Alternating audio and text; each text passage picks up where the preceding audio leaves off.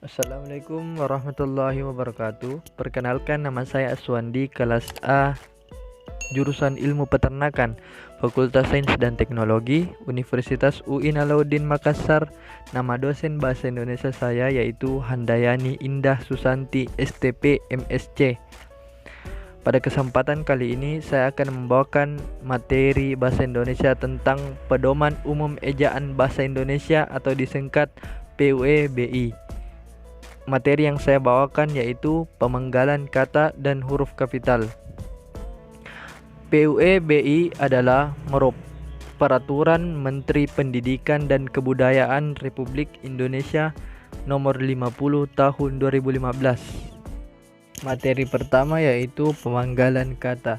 Jika di tengah kata ada 3 buah huruf konsonan atau lebih, pemenggalan dilakukan di antara huruf konsonan yang pertama dan huruf konsonan yang kedua.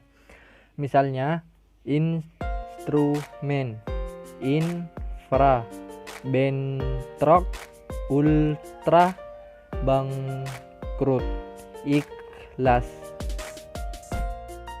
Imbuhan akhiran dan imbuhan awalan termasuk awalan yang mengalami perubahan bentuk serta partikel yang biasanya ditulis serangkai dengan kata dasarnya dapat dipenggal pada pergantian baris. Misalnya, makan, an, membantu, merasakan, pergilah. Jika di tengah kata ada vokal yang berurutan, pemenggalan dilakukan di antara 2 huruf vokal itu. Misalnya, main, saat, buah, buah. Huruf diftong ai, au, dan oi tidak pernah diceraikan sehingga pemenggalan kata tidak dilakukan di antara kedua huruf itu. Misalnya, aula bukan aula. Saudara bukan saudara. Amboi bukan amboi.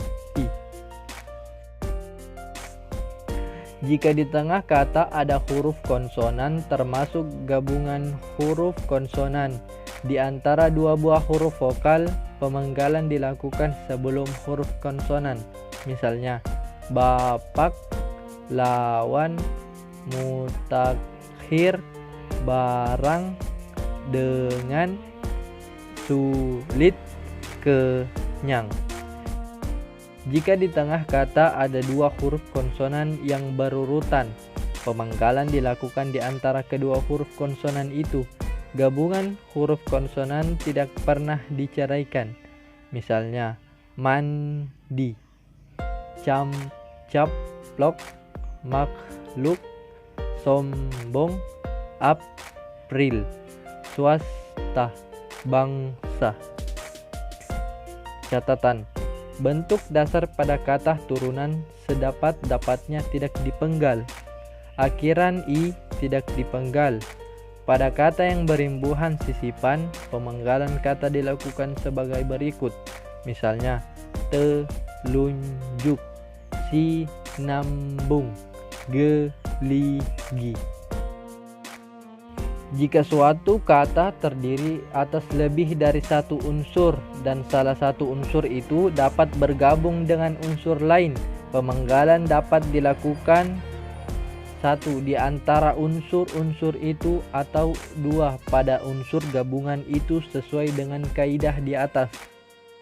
Misalnya, biografi, biografi, fotografi, fotografi, introspeksi, introspeksi, kilogram, kilogram, kilometer, kilometer, pasca panen, pasca panen. Keterangan: nama orang, badan hukum, dan nama diri yang lain disesuaikan dengan ejaan bahasa Indonesia yang disempurnakan, kecuali jika ada pertimbangan khusus. Materi kedua yaitu huruf kapital. Huruf kapital dipakai sebagai huruf pertama awal kalimat. Misalnya, apa maksudnya? Dia membaca buku, kita harus bekerja keras. Pekerjaan itu akan selesai dalam 1 jam. Huruf kapital sebagai huruf pertama unsur nama orang, termasuk julukan. Misalnya, Amir Hamzah, Dewi Sartika, Halim Perdana Kusuma, Wage Rudolf Supratman, Jenderal Kancil, Dewa Pedang, Alessandro Volta, Andre Marie Ampere. Catatan: huruf kapital tidak dipakai sebagai huruf pertama nama orang yang merupakan nama jenis atau satuan ukuran.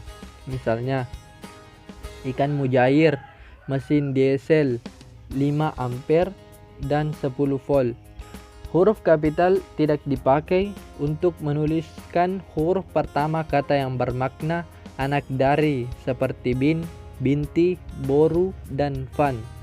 Atau huruf pertama kata tugas, misalnya Abdurrahman bin Zaini, Siti Fatimah binti Salim, Indani Boru Sitanggang, Charles Andrian van Ophuijsen, ayam jantan dari timur, mutiara dari selatan. Huruf kapital dipakai pada awal kalimat dalam petikan langsung. Misalnya, adik bertanya, "Kapan kita pulang?" Orang itu menasihati anaknya, "Berhati-hatilah, nak. Mereka berhasil meraih medali emas," katanya. "Besok pagi," kata dia, "mereka akan berangkat." Huruf kapital dipakai sebagai huruf pertama setiap kata nama agama, kitab suci, dan Tuhan, termasuk sebutan dan kata ganti untuk Tuhan. Misalnya, Islam, Kristen, Hindu, Al-Quran, Alkitab, Weda, Allah, dan Tuhan. Allah akan menunjukkan jalan kepada hambanya. Ya Tuhan, bimbinglah hambamu ke jalan yang Engkau beri rahmat. Mungkin kita cukupkan materi pada kesempatan kali ini. Insya Allah materi selanjutnya akan dibahas di video selanjutnya. Sebelum saya tutup, saya akan membacakan satu kata bijak, yaitu orang yang tak pernah membuat kesalahan adalah orang yang tidak pernah berbuat apa-apa. Ya, sekian. Assalamualaikum warahmatullahi wabarakatuh.